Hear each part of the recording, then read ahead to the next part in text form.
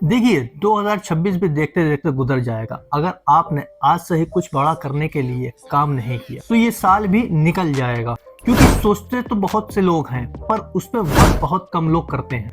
अगर आपको भी आने वाले कुछ सालों में खुद को एक सक्सेसफुल इंसान में देखना चाहते हैं तो अपने आप को पुश करना पड़ेगा। 2026 में अगर आप सिर्फ सेविंग पर डिपेंड रहोगे तो एक वेल्थी और सक्सेसफुल पर्सन बनना मुश्किल है। लेकिन अगर आपने सही जगह इन्वेस्ट करने के लिए सोचा नहीं बल्कि उस पर वर्क किया, आपने एक्शन लिया, तो ये 5 इन्वेस्टमेंट आपकी लाइफ चेंज कर सकती हैं। हेलो दोस्तों, मेरा नाम इरशाद है और आज हम बात करने वाले हैं 5 ऐसे ऑप्शन के बारे में, या कह लीजिए 5 ऐसे इन्वेस्टमेंट के बारे में जो आपको आने वाले टाइम में एक वेल्थी और सक्सेसफुल इंसान बना सकते हैं। पहला ऑप्शन है एफडी। पर एफडी का पैसा तो इन्फ्लेशन भी बीट नहीं कर पाता है, तो ये कैसे हमें वेल्थी बना सकता है? नहीं, यहाँ पे हम माँ बाप का सेफ और समझा हुआ फंड एफडी की बात नहीं करेंगे। जरा रुको, सब्र करो। हमारा पहला ऑप्शन है mutual fund, safe mutual fund, और दूसरा ऑप्शन है गोल्ड सिल्वर में एसआईपी करना या इन्वेस्ट करना, और तीसरा ऑप्शन है क्रिप्टो में इन्वेस्ट करना या एसआईपी करना, और चौथा और पांचवा वाला जो कि मेरा फेवरेट है, जो मैं फॉलो करता हूँ, इसको भी बताएंगे। तो हम अपने पहले ऑप्शन की बात करें जो कि था म्यूचुअल फंड। देखो, हम वीडियो को कॉम्प्लिकेटेड नहीं बनाएंगे, बहुत ही इजी से समझते हैं जिसमें एक छोटे छोटे बच्चे को भी कॉन्सेप्ट समझ में आ जाए। 90% लोग कहाँ पे कंफ्यूज होते हैं? म्यूचुअल फंड को शेयर मार्केट से मिलाकर, और फिर इसी डर से बहुत लोग बैंक में ही पैसा रखा रहने देते हैं या फिर उससे एफडी में डाल देते हैं। एफडी से पर रिटर्न आप तो जानते हैं, वो कहावत नहीं सुनी, ऊंट के मुंह में जीरे वाली। एफडी में आपको आपके पैसे का वही रिटर्न मिलता है। एफडी बुरी नहीं है, पर एफडी आपको कभी एक वेल्थी पर्सन या फाइनेंस फ्री नहीं बना सकती है। एफडी में मेरा ये मानना है कि आप उसको इमरजेंसी फंड की तरह सोच के इन्वेस्ट करते हो तो वो आपके लिए बेस्ट रहेगा।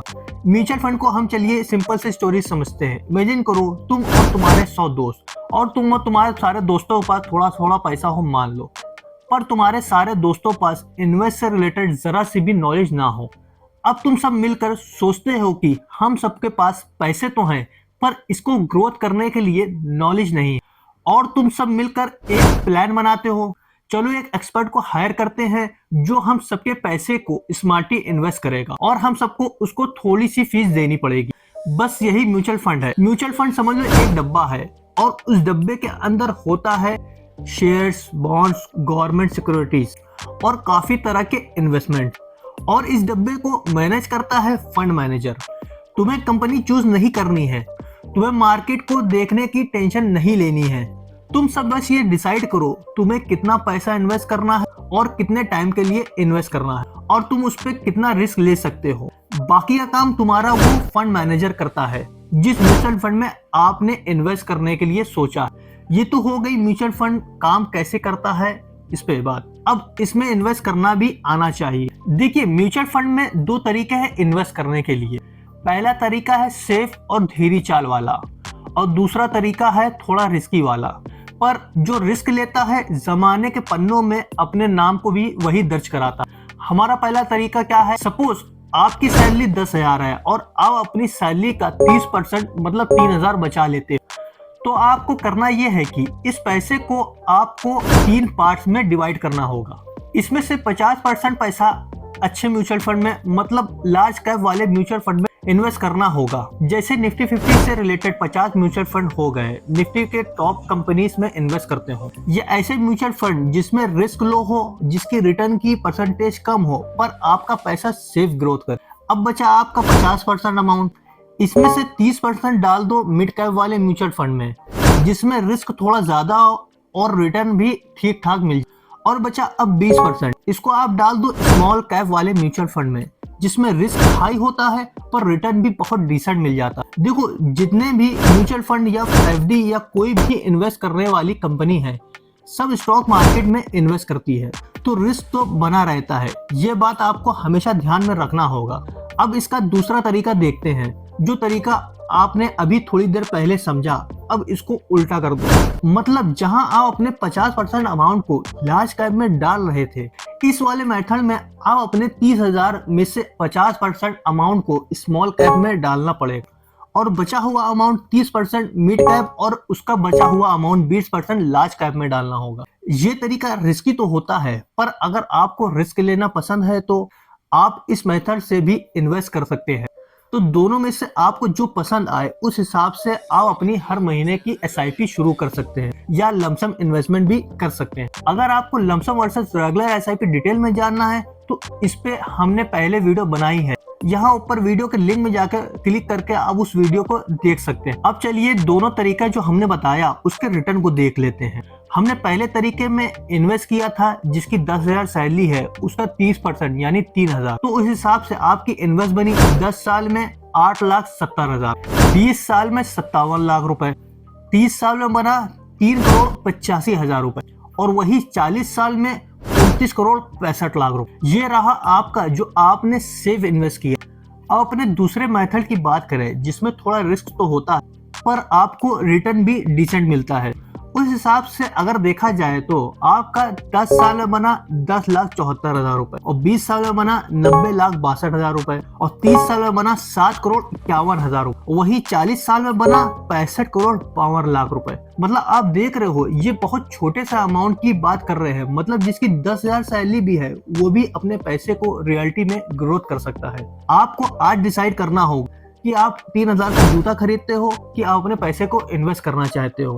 लोग 3,000 के शूज पहन लेते हैं पर अगर उनको इन्वेस्ट करने के लिए बोल दो तो कहेंगे मेरे पास पैसे नहीं इन्वेस्ट करने के लिए। ये तो था हमारा पहला ऑप्शन। अब चलिए दूसरे ऑप्शन की बात करते हैं। दूसरा ऑप्शन क्या है हमारा, आजकल जो ट्रेंड में है गोल्ड और सिल्वर। ये तो सबने देख ही लिया है कि गोल्ड और सिल्वर में इन्वेस्ट करना कितना फायदा पहुंचा सकता है आपको फ्यूचर। देखिए गोल्ड और सिल्वर सिर्फ मेटल नहीं है, ये एक इमोशन है। शादी हो गोल्ड, बच्चा पैदा हो तो गोल्ड, बुरा वक्त आए तो गोल्ड, वॉर हो तो गोल्ड, करेंसी गिर जाए तो भी गोल्ड। हमारे दादा परदादा जब बैंक पे भरोसा नहीं करते थे तो वो गोल्ड के सिक्के जमीन में दबा देते थे और सच कहूं वो गलत नहीं थे। गोल्ड का काम सिर्फ पैसा बनाना नहीं होता है, गोल्ड का काम पैसा बचाना भी होता है। ये बात 90% लोग समझते नहीं है, उस टाइम भी नहीं समझते थे और आज के टाइम में भी। अगर आप लॉन्ग टर्म इन्वेस्टर हो और आप चाहते हो कि 10-15 साल बाद आपके पैसे की वैल्यू सेफ रहे तो गोल्ड इग्नोर करना बेवकूफ़ी है। और रही बात सिल्वर की, तो सिल्वर को लोग छोटा भाई समझते हैं पर हिस्ट्री उठा के देखो सिल्वर की डिमांड चाहे वो सोलर पैनल हो, इलेक्ट्रिक व्हीकल हो, इलेक्ट्रॉनिक या मेडिकल इंडस्ट्री, सिल्वर का यूज हर जगह होता आ रहा है और धीरे धीरे सिल्वर बिना बोले इंडस्ट्री चला रहा है। गोल्ड सिर्फ स्टोर ऑफ वैल्यू है लेकिन सिल्वर स्टोर प्लस यूज दोनों है। इसीलिए जब भी इंडस्ट्री डिमांड बढ़ती है सिल्वर एकदम रॉकेट की तरह भागने लगता है। दोनों का काम अलग अलग है और स्मार्ट इन्वेस्टर दोनों को मिक्स करके इन्वेस्ट करता है। अब बात कर लेते हैं इन्वेस्ट कहाँ करें, मतलब फिजिकल गोल्ड, सिल्वर या डिजिटल यानी ETF फंड वगैरह में। देखिए सिर्फ ज्वेलरी खरीद लेना इन्वेस्टमेंट नहीं होता है, मेकिंग चार्ज और उसमें मिलावट को भी ध्यान में रखना चाहिए। मैं आपको कोई बाय सेल टिप नहीं दूंगा पर अपनी सोच शेयर कर रहा हूँ। अगर आप 20-30 की एज में हो तो सिल्वर प्लस ग्रोथ एसेट थोड़ा ज्यादा, अगर आप 30 से 40 की एज में हो गोल्ड ज्यादा सिल्वर लिमिटेड। ये हो गई हमारे दूसरे ऑप्शन की। और आपको कैसे इन्वेस्टमेंट करना है, किस प्लेटफॉर्म से जो ट्रस्टेबल हो, उसके लिए ब्रोकर का लिंक डिस्क्रिप्शन में पड़ा हुआ है, आप उस पर जाके क्लिक करके अपनी इन्वेस्टमेंट चालू कर सकते हैं। अब बात करते हैं अपने तीसरे इन्वेस्टमेंट की जो कि है क्रिप्टो करेंसी। देखिए क्रिप्टो को लोग ये बहुत ज्यादा हाइप बना देते हैं या फिर बोल देते हैं ये सब स्कैम है, पर ऐसा नहीं है। जैसे जैसे हम डिजिटल दुनिया की तरफ जा रहे हैं वैसे वैसे हमें डिजिटल करेंसी में शिफ्ट होना पड़ेगा जो कि इजी भी है। आज से कुछ साल पहले अगर हमें कोई ट्रांजैक्शन करना होता था तो बैंक की लंबी लाइन में लगना पड़ता था, पर डिजिटल दुनिया में इतना काम आसान बना दिया है कि फट से फोन निकाला और पैसा ट्रांसफर कर दिया या ऑनलाइन पेमेंट करना हुआ तो चुटकी में हो जाता है। धीरे धीरे जमाना डिजिटल मनी की तरफ बढ़ता जा रहा है। क्रिप्टो भी कुछ वैसे ही डिजिटल करेंसी है, बिना बैंक वाली करेंसी। इसका कोई बैंक नहीं है पर करेंसी है और ये एक ऐसी करेंसी है जिसकी कोई बाउंड्री नहीं है, कोई सीमा नहीं है, ये किसी कंट्री के कंट्रोल में नहीं है। क्रिप्टो ने रातों रात लोगों को करोड़पति भी बनाया है और रोड पे भी लेके आया है। जिसने भी आज से 10 से 15 साल पहले 2010 में क्रिप्टो में 5,000 रुपए लगाए होंगे तो उसके 5,000 आज के टाइम में 1 करोड़ बन गए होंगे। मतलब ऐसा कोई म्यूचुअल फंड नहीं है या ETF बॉन्ड नहीं है जिसने इतना बड़ा रिटर्न दिया हो। पर क्रिप्टो में रिस्क भी उतना ही है, क्योंकि ये 24/7 घंटे चलने वाला मार्केट है। क्रिप्टो करेंसी लॉन्ग पीरियड के लिए सही है, पर शॉर्ट टर्म के लिए आपको हो सकता हो उतना रिटर्न या लॉस दिखाई दे, क्योंकि ये मार्केट बहुत वॉलेटिलिटी वाला है। सबसे बड़ी गलती लोग क्या करते हैं, बिना समझे इन्वेस्ट करना। यूट्यूब पे वीडियो देख ली या टेलीग्राम पे किसी ने टिप दे दी और अपनी सारी सेविंग बिना सोचे, बिना एक्सपीरियंस, बिना सीखे सब उठा के डाल दी। जब पैसा डूब जाता है तो कहते हैं ये सब स्कैम है। आपको अपना उतना ही पैसा लगाना चाहिए जितना आपका डूब भी जाए तो कोई प्रॉब्लम ना हो। पहले आप इसको अच्छे से सीख लो, फिर इन्वेस्ट करने के लिए सोचो। बिना सोचे इन्वेस्ट करोगे तो डूबेगा ही। अब जिसको स्विमिंग नहीं आती है वो तालाब में डुबकी का रिस्क लेगा तो डूबेगा ही। तो इसलिए पहले हर चीज को सीख लो और फिर उस पर इन्वेस्ट करो। अब बात करते हैं अपने चौथे ऑप्शन की, जो कि मेरा भी फेवरेट है। मैं हर रोज इस पे काम करता हूँ, मतलब अपनी स्किल पे इन्वेस्ट करना। लोग 500-500 रुपए के मोबाइल कवर ले सकते हैं, उसका बाद डांस वगैरह क्लब में जाके हजारों रुपए उड़ा सकते हैं, पर अपनी स्किल पे खर्च करने में 500 की बुक खरीदने में उनको भारी पड़ती, या वो ऑनलाइन बुक पढ़ने की नाकाम कोशिश करेंगे। क्योंकि बेटा तुम ऑनलाइन कैसे पढ़ लोगे, बैठोगे बुक पढ़ने, नोटिफिकेशन आ जाएगी गर्लफ्रेंड की, या इंस्टा पे किसी दोस्त ने रील भेज दी तो तुम चले जाओगे स्क्रॉल की दुनिया में। अंग्रेजों से सीखो, हमसे ज्यादा उनके पास टेक्नोलॉजी है, पर आज भी उनकी लाइब्रेरी खाली नहीं रहती। उनके घर में बुक्स मिलेगी, चलते फिरते बुक्स पढ़ा करते हैं। सच बोलो, कितनी बार हमने नया फोन लेने में सोचा नहीं, लेकिन जब कोई कोर्स या स्किल सीखने की बात आती है तो हम तुरंत बोल देते हैं यार महंगा है, बाद में देखते हैं। हम सब जिंदगी में पैसा इन्वेस्ट करना चाहते हैं। कोई शेयर मार्केट में लगाना चाहता है, कोई क्रिप्टो में, या कोई प्रॉपर्टी में। लेकिन जब तक खुद के अंदर स्किल नहीं आएगी, आप सक्सेसफुल इंसान कैसे बन पाओगे? प्रॉब्लम पता कहाँ पे है? प्रॉब्लम लोग पैसे को समझते हैं कि मेरे पास पैसे नहीं है इसलिए मैं कामयाब नहीं हो सकता, मेरी एजुकेशन वैसी नहीं है, मैं गरीब हूँ, या मेरा बैकग्राउंड वैसा नहीं है। प्रॉब्लम पैसा या बैकग्राउंड नहीं होता है, प्रॉब्लम सोच होती है। हम चीजों पे खर्च कर देते हैं। जहाँ अपने ऊपर इन्वेस्ट की बात निकलती है वहाँ हम लोग या तो समाज को दोष देते हैं, या खुद को गरीब, या अपने माँ बाप को दोष देने लगते हैं कि हमें वैसी एजुकेशन या वैसा माहौल नहीं मिला जिससे हम दूसरे लोगों की तरह सक्सेस हो जाते। सक्सेस कोई विरासत नहीं है कि एक पीढ़ी से दूसरी पीढ़ी में चली जाए। दुनिया में बहुत से मिसाल ऐसी भी आपको मिलेगी। बुजुर्गों पुरखों के पास बहुत सारा पैसा था, राजा महाराजा थे उनके बुजुर्ग, पर उनकी आज की पीढ़ी खाने के लिए इधर उधर मारी मारी फिर रही है। तो फर्क है अपनी सोच का, अपनी स्किल की। आप अपने मनी, अपने स्किल को कैसे यूज करते हो। जब तक तुम खुद नहीं सोचोगे, खुद नहीं कदम उठाओगे अपनी स्किल पे कैसे इन्वेस्ट करें, तब तक कामयाब इंसान कैसे बनोगे। आपने अपने स्किल पे काम कर लिया, पैसे खर्च कर दिए, तो वही चीज तुम्हें कामयाब भी करेगा और तुम्हें सक्सेसफुल भी बनाएगा। बहाना करना छोड़ दो और जो पैसा अपने घर वालों से झूठ बोल के ट्रिप या बार में जाके उड़ा देते हो, वो पैसा अपने स्किल पे लगाओ जो तुम्हारी वैल्यू बढ़ाए और तुम्हारे कामयाब इंसान बनने में मदद करे। चलिए ये तो हो गया थोड़ा मोटिवेशन। अब बात करते हैं अपने लास्ट इन्वेस्टमेंट की, जो कि है कॉम्बो, मतलब इन्वेस्टमेंट प्लस ट्रेडिंग। मेरी पर्सनल है जो कि मैं 2020 से करता आ रहा हूँ। सबसे पहले वाली आपको इन्वेस्टमेंट जो बताई थी, म्यूचुअल फंड इन्वेस्टमेंट, जिसमें 25% आपको रिटर्न मिल सकता है या उससे कम या ज्यादा। अगर आप रिस्क लेके स्मॉल कैप म्यूचुअल फंड में डालते हो तो आपको मिल सकता है, पर उस तरीके में रिस्क बना रहेगा। पर मैं म्यूचुअल फंड के साथ साथ ट्रेडिंग भी करता हूँ। पर आप सोचोगे ये कौन सी नई बात हुई ट्रेडिंग की। हो सकता हो आप में से ज्यादातर लोग ट्रेडिंग करते हो, पर मेरी ट्रेडिंग करने का तरीका अलग है। सपोज मान लिए आपको म्यूचुअल फंड से साल भर में कितना रिटर्न मिला, एक आंकड़ा पकड़ लेते हैं। 12 से 15% मिड कैप और लार्ज कैप में, या स्मॉल कैप में बहुत से बहुत 25 से 30%। पर मैं सेम वही मेथड का यूज करके अपने रिटर्न को 60 से 70% तक ले जाता हूँ।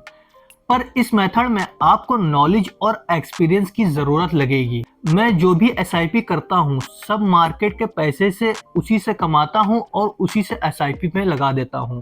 अब ये कैसे? मैं कोई ऑप्शन बाइंग या स्टॉक ट्रेडिंग नहीं करता।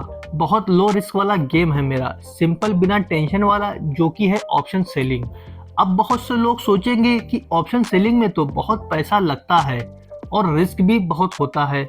हाँ, रिस्क तो है। अगर आप बिना नॉलेज इस पे कदम बढ़ाएंगे तो इसमें रिस्क तो बना रहेगा। असल में मैं जो भी इन्वेस्टमेंट करता हूँ वो सब अपने ब्रोकर के पास गिरवी कर देता हूँ, मतलब एक सिक्योरिटी के तौर पे। जैसे सुनार के पास लोग सोना गिरवी रख देते हैं कि लाला मेरा कंगन गिरवी रख लो, मुझे पैसे की जरूरत है, जब मैं पैसे लौटा दूंगा तब मैं कंगन वापस ले जाऊंगा। तो उसी से मैं चाहे स्टॉक में इन्वेस्ट करूं या म्यूचुअल फंड में, वो सब अपने ब्रोकर के पास गिरवी कर देता हूं। उससे मुझे मेरे अमाउंट का, जो कि मैंने इन्वेस्ट किया है, उसका 80 से 90% अमाउंट मिल जाता है वापस।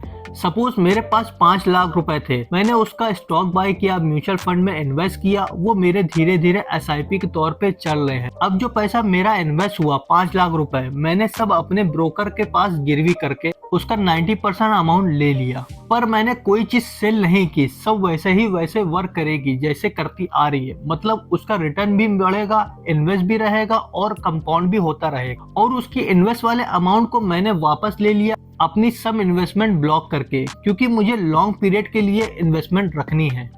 अब जो मुझे ब्रोकर से पैसे मिले हैं, मैं उस पैसे से ऑप्शन सेलिंग करता हूँ। मंथ का मुझे 6 से 7% मिल जाता है, बहुत काफी है लो रिस्क में। पर इसके लिए आपको बहुत अच्छी नॉलेज होनी चाहिए, वरना जो अमाउंट आपका ब्रोकर आपको देगा, अगर उस पैसे को आपने डुबाया या लॉस किया, बहुत भारी टैक्स उस पर लगेगा और फिर दोष भी मुझे दोगे आके। मैंने आपको रास्ता बताया है, अब चलने के लिए आपको अपनी सवारी खुद तैयार करनी होगी। अगर आपको डिटेल वीडियो चाहिए इस पे, तो नीचे कमेंट में मैसेज करें।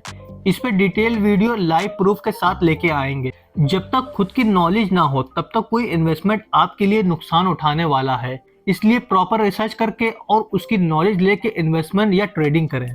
आई होप आपको ये वीडियो वैल्यूएबल लगा होगा। आपको कौन सा मेथड सबसे अच्छा लगा, अपना ओपिनियन देना ना भूलें। वीडियो को लाइक करके चैनल को सब्सक्राइब करना ना भूलें और अपने दोस्तों में शेयर करना भी ना भूलें। मिलते हैं अगली वीडियो में, जब तक के लिए बाय, जय हिंद।